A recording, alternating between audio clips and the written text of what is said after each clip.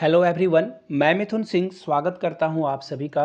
आशा करता हूं आप सभी बहुत अच्छे होंगे। तो चलिए आज हम लोग क्लास 1 to 5 के पर्यावरण अध्ययन यानी कि इन्वायरमेंट साइंस के आंसर की को देखेंगे। आंसर की के साथ साथ ये एक्सप्लेनेशन भी होगा ताकि आपको किसी भी तरह का कोई डाउट ना रहे। तो चलिए पहले प्रश्न के साथ शुरुआत करते हैं। उससे पहले आप लोगों से एक रिक्वेस्ट रहेगा, इस वीडियो को अपने जो सहयोगी शिक्षक हैं उन तक जरूर पहुंचाएं। अपने ऑफिस के ग्रुप में इस वीडियो के लिंक को जरूर शेयर कर दें ताकि वो भी सही आंसर की मिला सकें। अपने जो रिश्तेदार हैं, जो पारा शिक्षक हैं आपके, उन तक इस वीडियो को जरूर पहुंचाएं।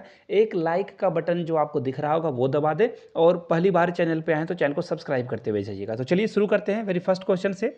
राष्ट्रीय हरित कोर का क्या उद्देश्य था? तो देखिए, जो यंग जनरेशन है उसको पर्यावरण और पारिस्थितिकी यानी कि इकोसिस्टम की नॉलेज देना था, एजुकेट करना था, उनको शिक्षा देना था। तो राइट आंसर क्या हो जाएगा? 51 का ए नंबर आपका करेक्ट हो जाएगा। चलिए आगे बढ़ते हैं अगले सवाल की ओर। वायुमंडल कितने परतों में विभाजित है? तो देखिए ये 5 परतों में विभाजित है। 5 परत कौन कौन से हैं मैं आपको बता दूं। पहला जो परत होता है उसे बोला जाता है क्षोभ मंडल। उसे क्या बोला जाता है? क्षोभ मंडल। पूरा नहीं लिखूंगा, साथ में मैं आपको बता देता हूं ये परत की मोटाई कहां से कहां तक होती है। 0 से 12 किलोमीटर तक होती है। किलोमीटर आप समझ लेना, यहाँ पे अधिक यहाँ स्क्रीन छोटा है आपको दिक्कत आएगी समझने में, इसलिए मैं 0 से 12 लिख रहा हूँ, आप किलोमीटर में समझ लेना। अगला है समताप, और समताप मंडल की जो हाइट होगी वो कितना होगा? समताप मंडल की जो हाइट होगी वो 12 से लेकर 50 किलोमीटर तक होगी। कहाँ तक होगी? 50 तक। तीसरा जो होगा दोस्तों आप लोगों के लिए वो होगा मध्यमंडल, और मध्यमंडल की जो मोटाई है वो होगी 50 से लेकर कहाँ तक? 50 से लेकर 80 किलोमीटर तक। तो 3 हो गए। चौथा देखिए क्या है? तापमंडल। चौथा क्या है? तापमंडल। तापमंडल की जो मोटाई है वो 80 से लेकर 700 किलोमीटर तक है। और आखिरी जो होगा वो होगा बाह्यमंडल, और बाह्यमंडल की जो मोटाई होगी, पता नहीं आप देख पा रहे हो या नहीं, but I am sorry, 700 kilometre से लेकर, आप मेरी आवाज़ को सुनना, 1,90,000 किलोमीटर तक इसकी लेंथ होती है। एक फोटो मैं यहाँ लगा देता हूँ, आप स्क्रीनशॉट फटाफट ले लेना। जब मैं एडिटिंग करूँगा तो आपको स्क्रीनशॉट दे दूंगा ताकि आपको कोई डाउट ना हो। तो 52 का राइट आंसर क्या हो जाएगा? Option number D. चलिए आगे बढ़ते हैं अगले सवाल की ओर, 53 की ओर। वाहनों से निकलने वाला प्रदूषित गैस कौन सी होती है? Carbon monoxide, carbon monoxide CO, carbon dioxide CO2, और जो नाइट्रोजन ऑक्साइड है NO वो है, या फिर हाइड्रोकार्बन है? तो देखिए इसका जो सही जवाब है वो होगा कार्बन मोनोऑक्साइड। तो इसका जवाब क्या है? Carbon monoxide. देखिए ये तो वाहनों के साथ निकलता ही है, जो व्हीकल हैं वहां से तो निकलेगा ही निकलेगा। साथ में जब आप कोयला जलाते हो तो भी कार्बन मोनोऑक्साइड होता है, और ये हार्मफुल गैस से आपकी मौत भी हो सकती है। अगर बंद कमरे में आप ठंडे के दिनों में कोयला से जो है शरीर को गर्म करने के लिए इसे ताप रहे हो तो आपको दिक्कत आ सकती है, मौत हो सकती है। वेंटिलेटर नहीं है तो प्लीज़ बंद कमरे में कभी भी कोयला ना जलाएं। दूसरी बात, रूम हीटर जो होता है उसमें भी आपको जो है ये देखने को मिलता है, तो रूम हीटर को जलाएं, बशर्ते आपका खिड़की या दरवाज़ा खुला होना चाहिए। जो ये कार्बन मोनोऑक्साइड है उसे बाहर जाना ज़रूरी है, ऑक्सीजन का अंदर आना ज़रूरी है। तो 53 का जो राइट आंसर होगा वो होगा ऑप्शन नंबर ए। आगे बढ़ेंगे अगले सवाल की ओर। बांध परियोजनाओं ने देश की विशिष्ट वनस्पतियों को नष्ट कर दिया यानी कि खत्म कर दिया है, ये किसका कथन है? सुंदरलाल बहुगुणा नहीं, ये भी देखिए पर्यानविद थे। बाबा आमटे, ये भी नहीं है। मेघा पाटेकर, देखिए ये मेघा पाटेकर ने पेड़ या पर्यावरण को बचाने के लिए बहुत काम किया है, सैल्यूट है इनके जज्बे को, स्पिरिट को। लेकिन सही जवाब है डॉक्टर माधव गॉड गिल, इनका जो ये सही जवाब है। चलिए आगे बढ़ेंगे अगले सवाल की ओर। झारखंड की सबसे लंबी नदी कौन सी है? लातेहार से ये निकलती है, और इसका जवाब जो है बराकर नदी नहीं है, स्वर्ण रेखा नदी नहीं है, दामोदर नदी इसका सही जवाब होगा। 55 का राइट आंसर क्या हो जाएगा? Option number B. चलिए आगे बढ़ते हैं अगले सवाल की ओर। समुद्रों में प्रदूषण का प्रमुख कारण क्या है? तो देखिए समुद्र में जब एक कंट्री से दूसरे कंट्री बहुत सारे जो जहाज़ों में तेल भरकर लाया जाता है, कभी कभी दुर्घटनाग्रस्त हो जाती है, तो ये जो तेलीय रिसाव है, ऑयल लीकेज, इसके वजह से जो है प्रदूषण फैलता है। और ऑयल जब ऊपर में परत बना लेगा तो नीचे ऑक्सीजन जाएगा नहीं और जलीय जीव मर जाते हैं, इकोसिस्टम फेल हो जाता है, अंदर में जो पेड़ पौधे हैं उनको नुकसान पहुंचता है। तो 56 का राइट आंसर क्या हो जाएगा? Option number A. चलिए आगे बढ़ेंगे अगले सवाल की ओर। नेक्स्ट क्वेश्चन आपके सामने ये रहा। एक्वीफर का संबंध किससे है? तो जो ग्राउंड वाटर है, भूमिगत जल है, उससे इसका संबंध है। 57 का राइट आंसर क्या हो जाएगा? Option number D. चलिए आगे बढ़ेंगे। समुद्र के किनारे उगने वाले पौधे या वृक्ष को क्या कहते हैं? तो इसे जो है हेलोफेट कहते हैं, यानी कि लवणोविद कहा जाता है। तो 58 का जो राइट आंसर है वो हो जाएगा ऑप्शन नंबर सी। आगे बढ़ेंगे अगले सवाल की ओर। निम्नलिखित में से कौन सा पर्यावरणीय परिवर्तन के प्रति संवेदक जो है संवेदनशील है, सेंसिटिव है? तो इसका जवाब है उभयचर। उभयचर में जैसे मेढक आ गया, मेढक जो है त्वचा से सांस लेते हैं, स्किन से सांस लेते हैं। अगर कुछ भी इकोसिस्टम में प्रॉब्लम आती है, पर्यावरण में दिक्कत आती है, तो सबसे पहले यही विलुप्त होंगे। तो राइट आंसर क्या हो जाएगा 59 का ए। अगर बरसात के समय में आपके आसपास मेढक नहीं दिख रहे हैं तो इकोसिस्टम आपका खराब हो रहा है। आगे बढ़ेंगे 60 की ओर। निम्नलिखित में से कौन सी समिति पर्यावरण कानून के सुधार के लिए बनाई गई थी?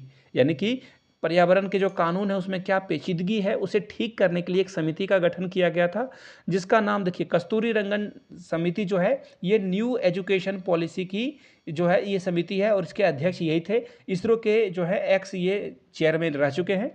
लेकिन इसका जो सही जवाब है वो होगा सुब्रमण्यम समिति। सुब्रमण्यम समिति बनाई गई थी ताकि पर्यावरण को जो नुकसान हो रहा है उससे बचा जा सके। कार्बन डाइऑक्साइड को ग्रीन हाउस गैस क्यों कहते हैं? देखिए जो कार्बन डाइऑक्साइड है ना ये टेम्परेचर को पकड़ कर रखता है, जिसके वजह से इसे ग्रीन हाउस गैस कहते हैं। यानी कि ये उष्मा को क्या कर लेता है, ऑब्जर्व कर लेता है, हीट को ऑब्जर्व कर लेता है। 61 का राइट आंसर क्या हो जाएगा, ऑप्शन नंबर ए। आगे बढ़ेंगे। शैवाल जो है खाद्य श्रृंखला का एक महत्वपूर्ण भाग है। आपको बताना है कि ये क्या है, प्रोड्यूसर है या कंज्यूमर है या फिर डिकम्पोजर है? तो इसका सही जवाब है ये उत्पादक है, प्रोड्यूसर है। ये क्या है, प्रोड्यूसर है। आगे बढ़ेंगे। झूम खेती। देखिए झूम खेती पहले क्या होता है ये जान लो। सपोज कर लो कि आप देवघर जिला के रहने वाले हो। देवघर जिले में आपकी जो ज़मीनें हैं आपने एक बार खेती करी और आपको लगता है कि नहीं अब इसे 1 साल के लिए छोड़ देते हैं। आपके पास जामताड़ा में भी ज़मीन है तो आप जामताड़ा में खेती कर लेते हो और इसी दौरान वहाँ पे बहुत सारे जो है छोटे मोटे झाड़ियाँ उग गई है, पेड़ उग गए हैं, तो आप उसे आग लगा देते हो।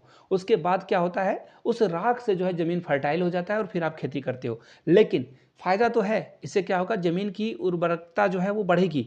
बट नुकसान क्या होगा, पर्यावरण को ये नुकसान पहुंचाएगा और जो पेड़ पौधे के कटने से इकोसिस्टम पर प्रभाव आएगा वो तो आएगा ही आएगा। धुएं की वजह से पर्यावरण प्रदूषण होगा ही होगा। तो 63 का जो आंसर है वो होगा बी। पर्यावरण के लिए ये हानिकारक है। भले जमीन के लिए ये ठीक है बट पर्यावरण को नुकसान पहुंचाता है।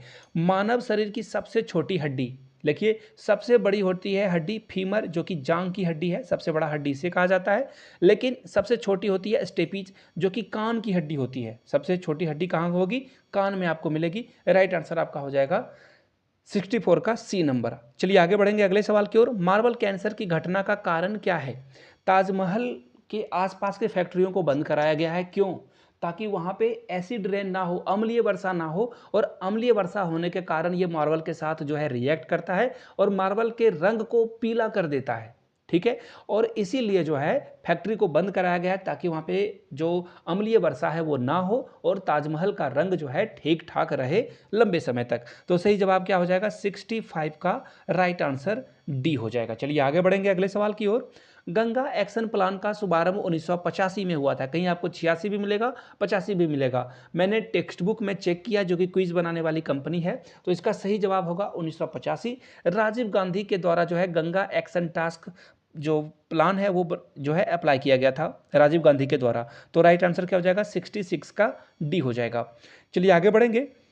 निम्नलिखित में से कौन सा एक हेरिडिटी जो जेनेटिक डिसऑर्डर है, यानी कि ये आपके पिताजी को है तो आपको होगा और आपके आने वाले जनरेशन के बच्चों को भी ये होगा, तो ये क्या है? तो ये है हीमोफीलिया। हीमोफीलिया जो रोग है ये आपको है तो आपके बच्चों को डेफिनेटली होगा। जैसे शुगर है, डायबिटीज़ है, अगर आपको है तो आपके बच्चे के होने के चांसेस कुछ हैं। अगर लाइफ स्टाइल ठीक नहीं रखा गया तो उनको जल्दी पकड़ने के चांसेस होते हैं। टाइफाइड ये सब जो है आप आसपास के जो वातावरण है या फिर पानी है, फूड है, उसकी वजह से होगा। हमारे शरीर की रक्षा की पहली पंक्ति क्या है? तो देखिए हमारे शरीर को सबसे पहले जो है स्किन प्रोटेक्ट करता है। सबसे पहले जो है आंखें नहीं होगा, सबसे पहले जो है त्वचा हम लोगों के शरीर को बचाती है। चलिए अगले सवाल की ओर बढ़ेंगे। केरल की फसल कटाई का जो त्यौहार है वो क्या होता है? तो देखिए फसल जब कटता है तो केरल में ओनम मनाया जाता है। क्या मनाया जाता है? ओनम। लार के साथ मिलकर चबाया हुआ भोजन क्या कहलाता है? बहुत ही एनसीईआरटी के डीप से ये क्वेश्चन पूछा गया है और इसका सही जवाब होगा बोलस। इसका क्या जवाब होगा? बोलस। चलिए आगे बढ़ते हैं।